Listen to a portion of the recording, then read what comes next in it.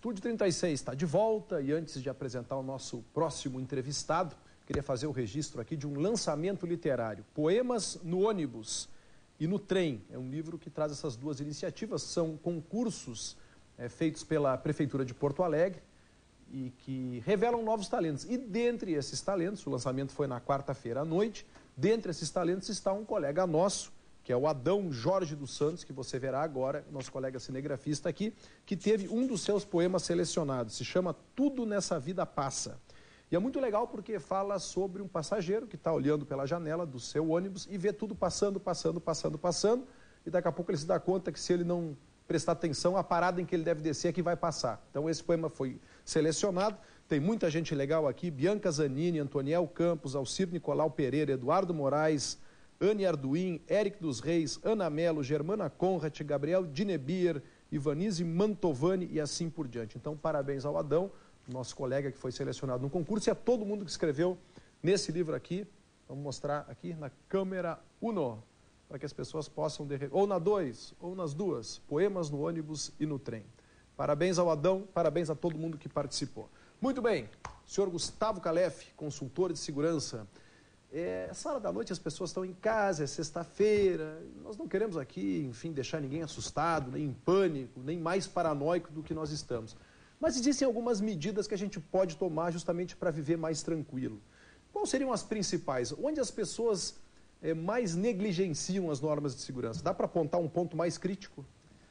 Ponto mais crítico, Túlio, com relação à segurança, hoje é quando nós falamos em termos de postura das pessoas na rua. Né? Nós sabemos que o bandido, o delinquente, ele age sob dois preceitos. Um desses preceitos é a supremacia da força.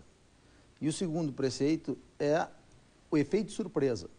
Tá? Então, obviamente, o bandido ele geralmente está com a supremacia da força porque o bandido hoje anda armado. Mas o efeito surpresa é onde nós podemos ainda escapar das ações de delinquentes. E as pessoas, elas pecam aonde? Onde realmente, hoje, nós temos que saber que para viver na realidade onde nós estamos, Porto Alegre, interior do estado, Caxias, Pelotas, nem grande Maria, cidade, até pequenas cidades já, verdade. Nós temos que estar atentos. Mas atentos ao quê? Atentos a ações suspeitas. Né? Hoje, o jargão é conhecido. Eu ando ligado. O problema é que tudo é suspeito, né? Tudo é suspeito, mas não é tudo suspeito. A verdade é essa. Quando você tem a visão voltada à prevenção de segurança, a primeira coisa que se faz na rua é identificar o que não é suspeito. Por quê? Porque eu ando mais tranquilo. Então, eu vou eliminando... O que não é suspeito? O que não é suspeito. Eu vou eliminando no meu dia a dia. Mas como é que eu sei? Por exemplo, perfil das pessoas. Normalmente, quando você pega um boletim de ocorrência, né, o que vem dito no boletim de ocorrência? O início dele. Quando eu vi, foi muito rápido. Ou seja, quando eu vi, é por quê? Porque eu não estava prestando atenção no ambiente.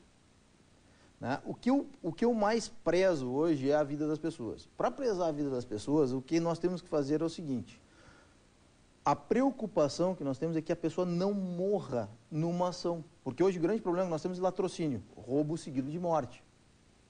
Quando nós temos latrocínio, ele ocorre na grande maioria das vezes por acidente. E não que seja uma ação desejada do delinquente. E isso ocorre porque nós temos uma ação chamada reflexo medular. Isso ocorre quando acontece que eu sou abordado por um delinquente com a arma geralmente engatilhada e com o dedo no gatilho, e eu tenho um reflexo. Nesse momento eu tomo uma ação que ela não é uma reação. Ela é confundida pelas pessoas hoje. Muita gente questiona isso. Não, mas que ele é louco. Ele é um susto. É um tipo de um susto. E aí reflexo o delinquente medular, acha que é uma... Ele não acha, ele age. Ele também tem outro reflexo? Ele tem, é um exatamente, por quê? Porque o delinquente, a pessoa de bem, ela sai com a arma na rua, quando as pessoas que atiram, elas têm técnicas de segurança com a arma na mão, que é o dedo não vai ao gatilho, a arma, muitas vezes pessoas não usam armas engatilhadas, quem usa a técnica israelense, mas se tem um cuidado, o bandido não tem esse cuidado. Ele já anda com a arma engatilhada, com o dedo no gatilho. Um leve movimento de dedo. Qualquer situação que seja... Mas é difícil. Como é que a gente trabalha isso se isso é um reflexo? Na verdade, nós trabalhamos... não ter um reflexo. Exatamente. Nós não temos como não nos condicionarmos a ter esse reflexo. Isso é natural. O que nós temos é que aprender a andar com prevenção. Aonde que está o segredo é técnicas de prevenção de segurança. Isso é muito novo para nós. Isso é muito novo para nós. Porque é o que se fala. Vamos trazer Israel como exemplo aqui. Todo mundo fala que Israel tem a excelência em segurança hoje porque vive o problema dia a dia. O Brasil não vive o problema dia a dia? Pois é. Vive. É um problema um pouco diferente. Não é esse problema de assalto. Isso não existe lá. Lá não Você existe. pode caminhar na rua 3 da manhã, tranquilo. Não acontece nada. Sim. O problema é o terrorismo. Só que eles se especializaram no problema deles. Nesse ponto há uma mobilização total do país. Nós somos totalmente desprevenidos quanto à nossa realidade. Né? A realidade no Brasil, a violência no Brasil, a criminalidade no Brasil, nós deveríamos ter hoje, no mínimo, 1.500, 2.000 especialistas em segurança urbana no Brasil.